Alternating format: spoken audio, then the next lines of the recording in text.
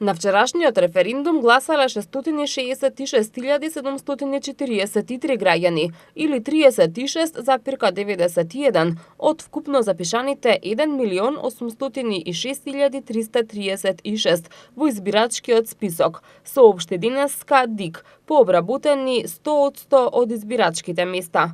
На референдумското прашање, дали сте за членство во ЕУ и НАТО со прифаќање на договорот помеѓу Република Македонија и Република Грција, за гласале 91,46% или 609.813 граѓани, а против се изјасниле 5,65% или 37.700. Неважечки се 19.221 ливче или 2,89%.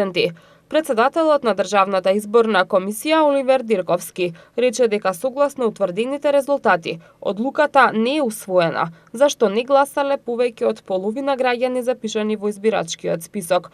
Извештајот од Државната изборна комисија ќе биде објавен во службен весник во рок од 15 дена, а ќе биде доставен до собранието и објавен на веб страната на комисијата.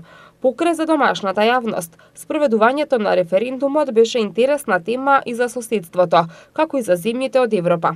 Новинарски екипи од Грција, Хрватска и Албанија и денеска, ден по завршувањето на гласањето, со вклучување во живо, известуваа за состојбата во Македонија.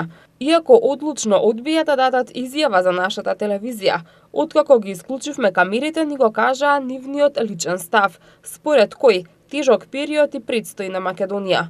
При известувањата од Македонија, светските медиуми акцент ставија на високата поддршка за членството во НАТО и Европската унија и договорот со Грција, но и ниската излезност на граѓаните.